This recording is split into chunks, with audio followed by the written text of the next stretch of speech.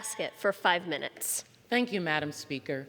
Last week, I shared a series of historical facts for Virgin Islands History Month, which falls in the month of March. Today, in celebration of International Women's Day, I proudly recognize the indomitable spirit of women from the Virgin Islands. This year, the International Women's Day is centered around the bold hashtag, Break the Bias. For decades, women have worked to break the bias in community, workplace, schools, universities.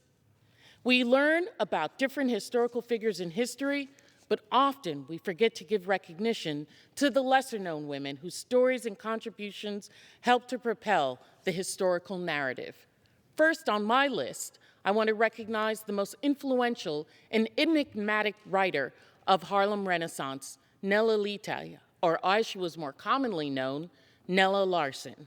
With a father from the Danish West Indies, what is now the Virgin Islands, while working as a nurse and librarian, she wrote 2 instant success novels, Quicksand in 1928, Passing in 1929, which made its screen debut on Netflix in 2019. Nella was the first African-American woman to receive the prestigious Guggenheim Fellowship Award for creative writing. Also on my list is an individual who has a series of firsts for Virgin Islanders, Ruby Rouse. Ruby Rouse was a Crucian known for breaking bias throughout her short life journey.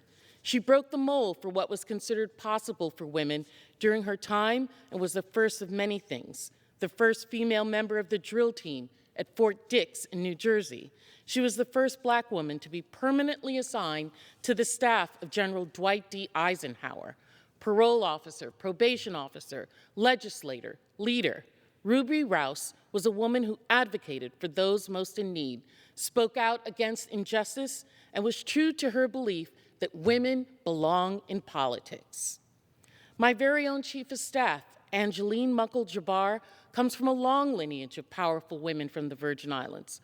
One such woman in her family was Anne Marie Schrader from St. Croix, who was at the forefront of pivotal changes that were taking place in the 1970s at the FBI National Academy. She was one of only 2 women to graduate from the Academy in 1972.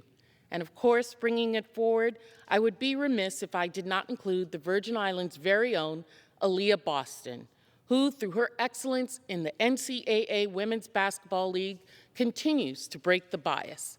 Aaliyah posted a record-breaking 23 consecutive double-doubles this season. Miss Boston's team, South Carolina Gamecocks, are currently #1 overall seed for the upcoming NCAA tournament. All of these women face deliberate or unconscious bias, and yet they prevail. As a Black woman, I think about my own mother and all the mothers who every day, even when it wasn't common to work, they've sacrificed, occupied spaces where they were underrated, underappreciated, marginalized. Women continue to face tremendous obstacles across a number of spheres. For example, managerial and leadership positions continue to be male-dominated, with women holding approximately 27% of managerial roles. In the business world, on average, women hold 19.7% of corporate board seats. Chairs, only CEOs, only 5%. The importance of representation for women in leadership, politics, law enforcement, and across every sphere is evident. In politics alone, evidence shows that more women in public decision-making and public policy produce policies that benefit women, children, and families in general. Loans given to women's businesses exponentially support families and communities.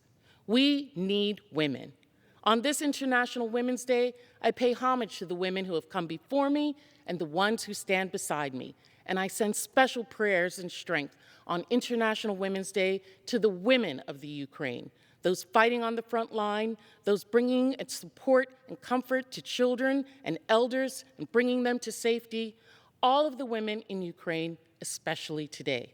Let us all continue the great work to break the bias and advance the cause of women's rights in our communities, our government, and our world. I yield back. The gentlewoman yields. The chair recognizes the gentleman from Pennsylvania, ranking member on the Committee of Ag, Mr. Thompson, for 5 minutes.